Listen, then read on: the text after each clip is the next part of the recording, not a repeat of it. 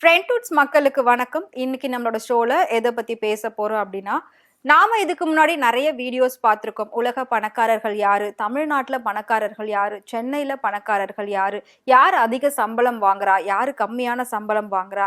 அந்த மாதிரி நிறைய வீடியோஸ் நாம போட்டிருக்கோம். அந்த வகையில இதுவும் பாத்தீங்கன்னா ஒரு முக்கியமான ஒரு விஷயத்தை பத்தின ஒரு வீடியோ அப்படின்னு சொல்லலாம். ஸோ நீங்க ஃபுல்லா தெரிஞ்சுக்கணும் அப்படின்னு நினைச்சீங்கன்னா மறக்காம வீடியோவை ஸ்கிப் பண்ணாம ஃபுல்லா பாருங்க. ஸோ என்ன அப்படின்னா, கேள்வியை நான் உங்ககிட்ட வைக்கிறேன். உலகத்திலேயே பணக்காரர்கள் யாரு அப்படின்னு கேட்டா நம்மளால ஒரு சிலரை சொல்ல முடியும். உலகத்திலேயே பணக்கார நாடு எதுன்னு கேட்டா நம்மளால ஒரு சில நாடையும் சொல்ல முடியும். அதை தாண்டி உலகத்திலேயே பணக்கார கோவில் எதுன்னு கேட்டா நம்மளால சொல்ல முடியுமா? நம்ம என்ன சொல்லுவோம்? இந்தியால இருக்கக்கூடிய திருப்பதியை சொல்லுவோம், இன்னும் ஒரு சில கோவில்களை சொல்லுவோம். ஆனா உலகத்திலேயே பணக்கார கோவில் எது அப்படின்னா நம்மளால கெஸ் பண்ண முடியுமா? ஏன்னா எவ்வளவு நாடுகள் இருக்கு, அந்த நாட்டுல என்னென்ன கோவில் இருக்கு அப்படின்றதே நமக்கு தெரியாது. அப்படி இருக்கிறப்போ உலகத்திலேயே ஒரு கோவில் பணக்கார கோவிலா இருக்க முடியுமா? அப்படி ஒண்ணு இருக்கா? அது நமக்கு தெரியுமா அப்படின்றது நீங்க கண்டிப்பா எனக்கு கமெண்ட்ல சொல்லுங்க. சோ அது என்ன அப்படிங்கறத இப்ப நான் உங்களுக்கு சொல்றேன். பொதுவா பணக்கார கோவில், பணக்கார சாமினா நாம எதை சொல்லுவோம்? கண்ணை மூடிக்கிட்டு திருப்பதி அப்படின்னு சொல்லுவோம். திருப்பதியில தான் டெய்லி கோடிக்கணக்கான பணங்கள் வருது, லட்சக்கணக்கான பக்தர்கள் வராங்க. அங்க எப்பவுமே பெரிய அளவுல பூஜைகள் பிரம்மாண்டமா எல்லாமே நடந்துகிட்டு இருக்கும். சோ எல்லா நாடுகள்ல இருந்தும் கோவிலுக்கு வராங்க அப்படின்னா அது திருப்பதி கோவிலா தான் இருக்கும் அப்படின்னு சொல்லி நிறைய பேர் சொல்லுவோம், பேசுவோம், பார்த்திருக்கோம். நம்மளே கூட வருஷத்துக்கு 4 தடவை திருப்பதிக்கு போவோம். பையா நிறைய பேர் கொண்டு போய் பணங்களை கொட்டுவாங்க, தங்க நகைகளை கொட்டுவாங்க.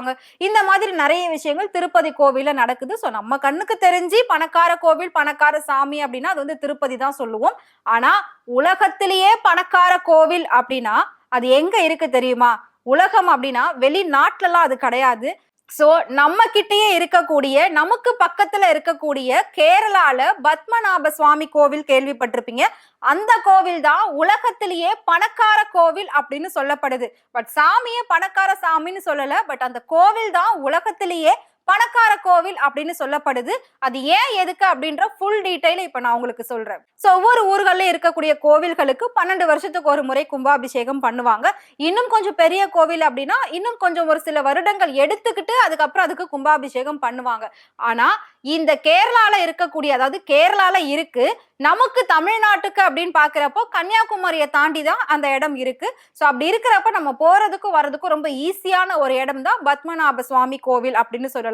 சோ அந்த கோவிலுக்கு கும்பாபிஷேகம் அப்படிங்கிறது கிட்டத்தட்ட 10 வருஷம் இல்ல, 20 வருஷம் இல்ல, 100 வருஷம் இல்ல, 275 வருஷத்துக்கு அப்புறமா இப்பதான் கும்பாபிஷேகம் நடந்திருக்கு. அதாவது போன மந்த்ல நடந்திருக்கு. சோ அந்த விஷயமே பெரிய அளவுல பேசப்பட்டது. இது நம்ம எல்லாருக்குமே தெரியும். இருந்தாலும் சோசியல் மீடியா அப்படிங்கிற ஒரு விஷயம் இருக்கிறதுனாலதான் நம்மளால எல்லாத்தையும் உடனுக்குடனே தெரிஞ்சுக்க முடியுது அப்படின்றதுதான் உண்மை. இந்த கோவிலுக்கு ஏன் இவ்வளோ வருஷம் கும்பாபிஷேகம் பண்ணல அப்படிங்கிற ஒரு விஷயத்த இப்ப வரைக்கும் யாராலையும் கெஸ் பண்ணி சொல்லவே முடியல. அதுக்கான ஒரு சரியான பதில் கிடைக்கவே இல்லை. சோ ஏன் அப்படின்னா 275 வருஷத்துக்கு அப்புறமா இப்பதான் கும்பாபிஷேகம் நடக்குது. சோ இப்ப நடத்தி இருக்கிறத அவ்வளோ பிரம்மாண்டமா நடத்திருக்காங்க. ஆனா இதுக்குள்ள பல ரகசியங்கள், பல புதையல் அறைகள் இருக்கு அப்படின்னு சொல்லப்படுது. அதனாலதான் இந்த கோவில் உலகத்திலேயே பணக்கார கோவில் அப்படின்னு சொல்லப்பட்டிருக்கு. இத ஒரு ரிசர்ச்லயே சொல்லியிருக்காங்க. நிறைய ரிசர்ச்சுக்கு அப்புறம் தான் இந்த கோவிலை அறிவிச்சிருக்காங்க. உலகத்திலேயே பணக்கார கோவில்னா இதுதான் அப்படின்னு சொல்லி. சோ இன்னைக்கு உலகத்துல எல்லாத்தையுமே விலை மதிக்கக்கூடிய அளவுக்கு வந்துருச்சு. உயிர்களை தவிர்த்து மீதி எல்லாத்துக்குமே நம்மளால விலை மதிக்க முடியும். இப்பெல்லாம் பாத்தீங்கன்னா ஒரு உயிர் போயிட்டா கூட அவங்களுக்கு இவ்வளவு இழப்பீடுன்னு சொல்லி ஒரு விலை மதிச்சு அது கொடுத்துடுறாங்க அந்த குடும்பத்துக்கு. ஆனா இந்த கோவில்ல இருக்கக்கூடிய ஒவ்வொரு விஷயத்துக்கும் விலை மதிப்பே இல்லை அப்படின்னு சொல்றாங்க. இருந்தாலும் அதை ஒரு கணிப்புல, அதாவது அப்ராக்சிமேட்டா ஒரு எஸ்டிமேட்டா ஒரு வேல்யூ போட்டு கொடுத்துருக்காங்க. அது என்ன அப்படின்றத இப்ப நான் உங்களுக்கு சொல்றேன். கிட்டத்தட்ட இந்த கோவில்ல 6 வால்ட் இருக்கு. வால்ட் அப்படிங்கிறது நம்ம என்ன சொல்லுவோம் அப்படின்னா புதையல் அறை, ஒரு பாதுகாப்பான பொருட்களை வைக்கக்கூடிய ஒரு பெட்டகம் அப்படின்னு சொல்லுவோம். சோ அதே மாதிரி இந்த கோவில்ல 1 இல்ல 2 இல்ல 6 வால்ட் இருக்கு. அதாவது 6 ரூம் இருக்கு, 6 சீக்ரெட் ரூம் இருக்கு. இந்த கோவில் பல வருடங்களுக்கு முன்னாடி, பல 100 ஆண்டுகளுக்கு முன்னாடி திருவான்கூர் ராஜாக்கு இது வந்து சொந்தமானது அப்படின்னு நிறைய பேர் சொல்லிட்டு இருந்தாங்க. சோ அந்த குடும்பத்துல வந்த தலைமுறை வாரிசுகளுக்கு தான் இந்த கோவிலும் சொந்தம், இதோட வருமானமும் சொந்தம் அப்படின்னு சொன்னாங்க. கிட்டத்தட்ட 2010 வரைக்குமே இந்த கேஸ் நடந்துகிட்டு தான் இருந்தது. அதுக்கப்புறம் எல்லாருமே என்ன சொல்ல ஆரம்பிச்சாங்கன்னா, எல்லாமே மாறிடுச்சு, அந்த காலத்துல இருந்தவங்க எல்லாருமே போயிட்டாங்க, எல்லாமே மண்ணோட புதைஞ்சு போயிருச்சு, இப்போ இது முழுக்க முழுக்க கவர்மெண்ட்டுக்கு தான் சொந்தமாகும். சோ மத்திய அரசுக்கு மாநில அரசுக்கு தான் இது முழுக்க முழுக்க சொந்தம், அதனால இதை வந்து ஒரு தனிப்பட்ட நபர்கள் சொந்தம் கொண்டாட முடியாது அப்படின்னு சொல்லி இந்த கேஸ்ல சொல்லியிருந்தாங்க. சோ இருந்தாலும் இந்த கோவிலுக்குள்ள புதைஞ்சிருக்கிற ரகசியங்களை யாராலையும் இன்னைக்கு வரைக்கும் அந்த ஊரை சேர்ந்தவங்களால கூட துல்லியமா கணிச்சு சொல்லவே முடியாது. சோ ஒவ்வொருத்தருமே ஒவ்வொரு விதமான கதைகள் சொல்லுவாங்க, ஒவ்வொன்றுமே புதுவிதமா இருக்கும், வேற மாதிரி இருக்கும். சோ கிட்டத்தட்ட நான் சொன்ன மாதிரி இதுக்குள்ள வந்துட்டு 6 புதையல் அறைகள் இருக்கு, 6 வால்ட் இருக்கு. அந்த ஒவ்வொரு ரூமுக்குமே ஒவ்வொரு பேரும் வைப்பாங்க இல்லையா, அதாவது ரூம் 1, ரூம் 2, இல்லாட்டி ரூம் ஏ, ரூம் பி, ரூம் சி அப்படின்னு வந்து வச்சிருக்காங்க. சோ இந்த ரூம் ஏல என்ன இருக்கு அப்படின்னு பாத்தீங்கன்னா, முழுக்க முழுக்க தங்க காயின்ஸ் இருக்கு அப்படின்னு சொல்லியிருக்காங்க. சோ இந்த ரூம் முழுக்க முழுக்க தங்க காயின்ஸ் இருக்கு அப்படின்னா எவ்வளவு இருந்துற போகுது அப்படின்னு தானே கேக்குறீங்க. 1 லட்சத்துக்கும் மேல தங்க காயின்ஸ் வந்து இந்த ரூம்குள்ள இருக்கு. அது மட்டும் இல்லாம ஒரே ஒரு நாட்டை சேர்ந்த தங்க காயின் கிடையாது, கிட்டத்தட்ட 5-6 நாடுகளை சேர்ந்த தங்க காயின்ஸ் வந்து அதுக்குள்ள இருக்கு அப்படின்னு சொல்லியிருக்காங்க. சோ அது மட்டும் இல்லாம கிட்டத்தட்ட 10 அடி உயரம் உள்ள ஒரு தங்கத்தால ஆன பெல்ட் உள்ள இருக்கு. அந்த பெல்ட்ல வைர கற்கள் பொறிக்கப்பட்டிருக்கு அப்படின்னு சொல்லியிருக்காங்க. சோ ஒரு மனிதனுடைய அதிகபட்ச ஹைட் வந்து 6 அடின்னு சொல்லுவோமா, அதை தாண்டி இன்னொருத்தர் அவர் மேல ஏறி நின்னா 12 அடி வருமா. சோ அதுல 10 அடி நீளம் உள்ள தங்கத்தால ஆன பெல்ட்டுகள் இருக்கு. பெல்ட் இல்ல, பெல்ட்டுகள் நிறைய இருக்கு அப்படின்னு சொல்லியிருக்காங்க. சோ அந்த பெல்ட்டுகள்ல வந்து வைர கற்கள் பொறிக்கப்பட்டிருக்கு அப்படின்னு சொல்லியிருக்காங்க. இது மட்டும் இல்லாம அதுக்குள்ள இருக்கக்கூடிய டம்ளரா இருக்கட்டும், ஜார்ஸ், இந்த பாட்ஸ், இது எல்லாமே முழுக்க முழுக்க தங்கத்தால ஆனது. அதாவது தங்கம் அப்படின்னா இன்னைக்கு எவ்வளவு வேல்யூ இருக்கு அப்படின்றது நமக்கு தெரியும். இன்னைக்கு இருக்கக்கூடிய தங்கத்தை கடையில கொண்டு போய் நம்ம ரிட்டர்ன் போடும்போது அதுல எவ்வளவு கலப்படம் இருக்கு, அதுல வந்து பியூர் கோல்டு இருக்கவே இருக்காது, அது நமக்கு தெரியும். அப்படி இருக்கிறப்போ அந்த காலத்துல வந்து ஒரு சவரன் தங்கத்துக்கு இந்த காலத்துல 10 சவரன் தங்கம் வந்து ஈடு அப்படின்னு சொல்றாங்க. அதாவது அப்போ இருந்த ஒரு சவரத்துக்கு இப்ப வந்து 10 சவரன் தங்கம் எவ்வளவு இருக்குமோ அதுக்கான ஒரு ஈடு தான் அப்படின்னு சொல்றாங்க. அப்படி இருக்கும்போது அந்த ரூம்குள்ள இருக்கக்கூடிய ஒட்டுமொத்த மதிப்பு வந்து 90,000 கோடி இருக்கலாம் அப்படின்னு சொல்லி ஒரு எஸ்டிமேட் வேல்யூ தான் கொடுத்திருக்காங்களே தவிர எக்ஸாக்ட் வேல்யூ இது வரைக்கும் அது யாராலையுமே சொல்ல முடியல, யாராலையும் கணிக்க முடியல. பட் இது எதையுமே வெளியில எடுத்து பாக்குறதுக்கான அனுமதி இப்ப வரைக்கும் கொடுக்கல. பட் உள்ள போயிட்டு ஆராய்ச்சி பண்ணதுல இதெல்லாம் இருக்கு அப்படின்னு வந்து சொல்லியிருக்காங்க. சோ அடுத்ததா ரூம் பி, செகண்ட் ரூம்ல என்ன இருக்கு அப்படின்னு பாத்தீங்கன்னா, அந்த ரூமோட அந்த டோரே ரொம்பவே அமானுஷ்யமா இருக்கு அப்படின்னு சொல்லியிருக்காங்க. அந்த டோருக்கு நாபு கிடையாது, இப்படி தள்ளுறதோ இழுக்கிறதோ எதுவுமே கிடையாது. அந்த டோர்ல வந்து முழுக்க முழுக்க 2 பாம்பு படம் தான் இருக்கும். சோ அந்த ரூமை திறக்க கூடாது அப்படிங்கறத ஒரு நடைமுறையை வந்து பின்பற்றாங்க. சோ அதனால அந்த ரூமுக்குள்ள யாரும் போக கூடாது, போகிறதுக்கான அனுமதியும் பல வருஷங்களா போராடி நிறைய பேர் வந்து தோத்து போயிட்டாங்க அப்படின்னு சொல்லலாம். சோ அனுமதி யாருக்குமே இப்ப வரைக்கும் கொடுக்கவே இல்லை. சோ அந்த ஒரு ரூமுக்கு அனுமதி வேணும் அப்படின்னா நம்ம வந்து ஒரு சில ரிச்சுவல்ஸ் எல்லாம் பண்ணுவோம்ல. இப்போ சாமி கிட்ட வந்து நம்ம அருள் வாக்கு வாங்குவோம், தெய்வ வாக்கு வாங்குவோம். சோ எலுமிச்சை பழத்தை வச்சு கோலம் போட்டு மஞ்சள் குங்குமம் வச்சு இது மூலமா அந்த சாமி கிட்ட இருந்து நமக்கு அருள் வாக்கு வாங்கி கொடுப்பாங்களா, அதாவது எஸ் ஆர் நோ சொல்றதுக்கு, இதை செய்யலாமா வேணாவா அப்படின்றதுக்கு நாம ஒரு ரிச்சுவல் ட்ரை பண்ணுவோம்ல. சோ அதே மாதிரி அந்த ரூமை திறக்கிறதுக்கு ஒரு ரிச்சுவலை ட்ரை பண்ணிருக்காங்க. அந்த ரிச்சுவலோட பேர் என்ன அப்படின்னு பாத்தீங்கன்னா அஷ்டமங்கல தேவ பிரஷ்னம்.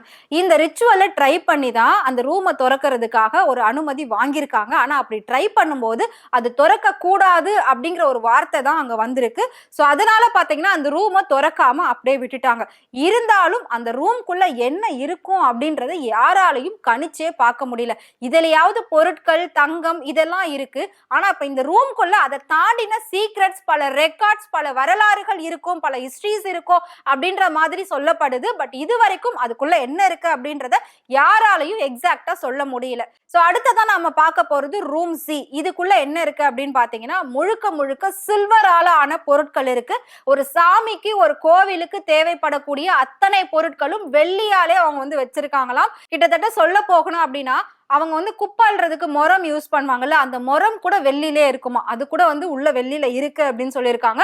சோ பூஜை பொருட்கள் அத்தனையும் வெள்ளியால ஆனது அதுக்குள்ள இருக்கு. அது மட்டும் இல்லாம சாமியோட சிலைகள் இருக்காம். சாமியோட சிலைகள் வந்து ஒவ்வொன்றுமே கிட்டத்தட்ட 20-30 கிலோ சிலைகள் வரைக்கும் இருக்குமா. அப்படி இருக்கிறப்போ ஒவ்வொரு சிலையுமே தங்கத்தால ஆன சிலைகள் தான் அப்படின்னு சொல்றாங்க. வெள்ளி பாதினா தங்கம் அதுல முக்காவாசி சிலைகள் இருக்கு. சோ மகாவிஷ்ணு சிலை ஒண்ணு பெரிய அளவுல இருக்கு. அது வந்துட்டு ஒரு 100 கிலோ இருக்கும். அவ்வளவும் வந்து தங்கத்தாலே இருக்கு அப்படின்னு சொல்லியிருக்காங்க. சோ ரூம் சில வந்து இந்த மாதிரி வெள்ளி அண்ட் தங்கம் சேர்ந்த மாதிரியான பொருட்கள் அந்த ரூம்குள்ள இருக்கு. சோ அடுத்ததா ரூம் டில என்ன இருக்கு அப்படின்னு பாத்தீங்கன்னா copper coins and silver coins சேர்ந்து இருக்குமா. அது மட்டும் இல்லாம அதுல வந்துட்டு டொனேஷன் ஹிஸ்டரின்னு ஒண்ணு வச்சிருக்காங்க. இது வரைக்கும் அந்த கோவிலுக்கு அந்த காலகட்டத்தில இருந்து ராஜாக்கள் ஆண்ட அந்த காலகட்டத்தில இருந்து எந்தெந்த நாட்டுல இருந்து எவ்வளவு டொனேஷன் வந்தது, அதெல்லாம் என்ன பண்ணாங்க, அந்த மாதிரி ஹிஸ்டரி அந்த ரெக்கார்ட்ஸ் எல்லாமே அங்க இருக்கு அப்படின்னு சொல்லியிருக்காங்க. அது மட்டும் இல்லாம காப்பரே இன்னைக்கு எவ்வளவு வேல்யூவானது அப்படின்றது நமக்கு தெரியும். ஒரு காப்பர் வாட்டர் பாட்டில் கூட 400-500 ருபீஸ்க்கு இன்னைக்கு நாம வாங்குறோம்.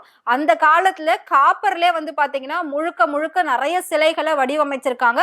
ஆடைகள்ல நிறைய காப்பர்கள் பொறிக்கப்பட்டு வச்சிருக்காங்க. சோ அதுவுமே அந்த ரூம்குள்ள இருக்கு. அதாவது ரூம் டில இந்த மாதிரி காப்பர் அண்ட் சில்வர் இருக்கு. சோ அடுத்ததா ரூம் இ, அதாவது 5வது ரூம்ல என்ன இருக்கு அப்படின்னா அயன் திங்ஸ் நிறைய இருக்குங்களா.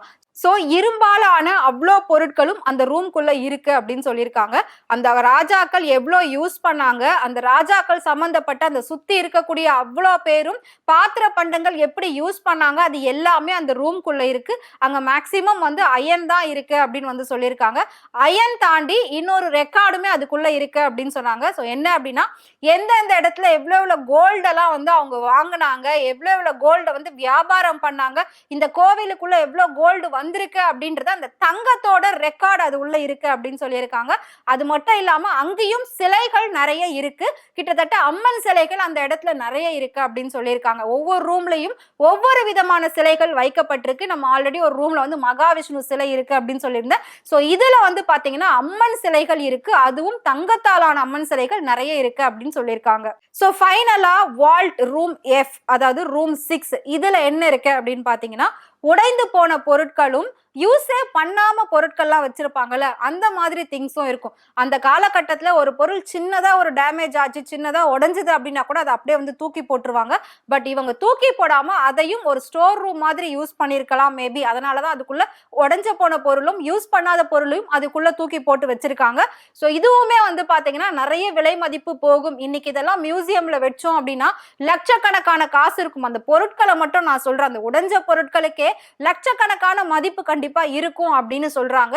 சோ கிட்டத்தட்ட வால்ட் 6 6 ரூம்லயுமே வந்து பாத்தீங்கன்னா ஒவ்வொரு விதமான விஷயங்கள் பொதிஞ்சு இருக்கு. ஒவ்வொன்னுத்தையும் வந்து வேல்யூ பண்ணவே முடியாது இந்த காலத்துல. பட் நான் சொன்ன மாதிரி அந்த எஸ்டிமேட் வேல்யூ தான் வந்துட்டு 90,000 கோடி. அதாவது ரூம் 1ல மட்டும்தான் நான் அந்த வேல்யூவை சொன்னேன், 90,000 கோடி இருக்கலாம் அப்படின்னு சொல்லிட்டு. சோ இது மொத்தத்தையும் சேர்த்து ஒரு எஸ்டிமேட் வேல்யூ சொல்லியிருக்காங்க. அதாவது ரூம் பியை தவிர்த்து, அந்த 2வது ரூமை தவிர்த்து, ஏன்னா அதை திறக்கவே அனுமதி கிடையாது. ஸோ அதுக்குள்ள என்னென்ன இருக்கும் அப்படின்றத யூகிக்கவே முடியாது. பட் சீக்ரெட்ஸ் இருக்கு அப்படின்னு சொல்லியிருக்காங்க.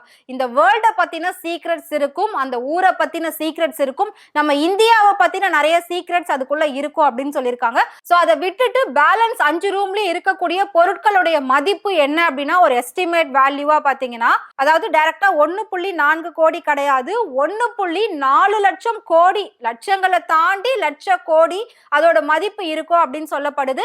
இந்த மாதிரி ஒரு பொருட்கள், இந்த மாதிரி ஒரு சீக்ரெட்ஸ், இந்த மாதிரி ஒரு தங்க வந்து புதையல், தங்க சுரங்கத்துல கூட இது இருக்காது அப்படின்னு சொல்லியிருக்காங்க. சோ இந்த மாதிரி ஒரு தங்க பொருட்கள், இந்த மாதிரி ஒரு தங்க சீக்ரெட் அறைகள் அப்படின்னு சொல்லிட்டு எங்கேயுமே இருக்காது. உலகத்துல எந்த கோவிலும் கிடையாது. இந்த ஒரு கோவில்ல மட்டும்தான் இவ்வளோ சிறப்புகள் இருக்கு. இதுவும் சீக்ரெட்டா வந்து பாதுகாக்கப்படுது. இன்னைக்கு வரைக்கும் அது எல்லாமே அப்படியே மெயின்டைன் பண்ணிட்டு வராங்க. சோ அந்த ரூம் எல்லாமே அங்க இருக்கு. இது வந்து 100% உண்மை அப்படின்னு வந்து ஒரு ரிசர்ச்ல சொல்லியிருக்காங்க. சோ அதனாலதான் உலகத்திலே பணக்கார சுவாமி கோவில் திருப்பதி கிடையாது, பத்மநாப சுவாமி கோவில் தான் அப்படின்னு சொல்லி ஆணித்தனமா அச்சடிச்ச மாதிரி வந்து சொல்லியிருக்காங்க. இதுதான் 100% உண்மையான ஒரு தகவல் ஆய்வறிக்கையில வந்தது. சோ இது வரைக்கும் நிறைய பேருக்கு இந்த விஷயம் தெரியாம இருக்கும். இதுக்கு மேல யாராவது அந்த கோவிலுக்கு போனீங்கன்னா கண்டிப்பா இது எல்லாத்தையும் நீங்க பாக்குறதுக்கான வாய்ப்பு இருக்கு. அதாவது பாக்குறதுக்குன்னா உள்ள பொருள் எல்லாம் கிடையாது, இந்த மாதிரி ரூம்ஸ் இருக்கா, அது எங்க இருக்கு அப்படின்றத மேபி நீங்க கேட்டு உங்களோட நாலேஜுக்கு தெரிஞ்சுக்கலாம். ஸோ இதுக்கப்புறம் போறவங்க கண்டிப்பா அதை மிஸ் பண்ணாம அதை வந்து தெரிஞ்சுக்கோங்க. ஸோ இதே மாதிரி வேற ஏதாவது கோவில் இருக்கா, சீக்ரெட் ரூம் வச்ச கோவில் இருக்கா அப்படின்னா நிறைய கோவில்ல சீக்ரெட் ரூம்ஸ் இருக்கு. பட் இந்த மாதிரி விலை மதிக்க முடியாத அளவுக்கு பொருட்கள், தங்கமோ வைரமோ நவபாஷணங்களோ எதுவுமே வந்து வேற எந்த கோவில்லையும் கிடையாது, அந்த அறைகள்லையும் கிடையாது. சீக்ரெட் அறை அப்படின்றது எல்லா கோவில்லையும் மேக்சிமம் இருக்கதான் செய்யும்.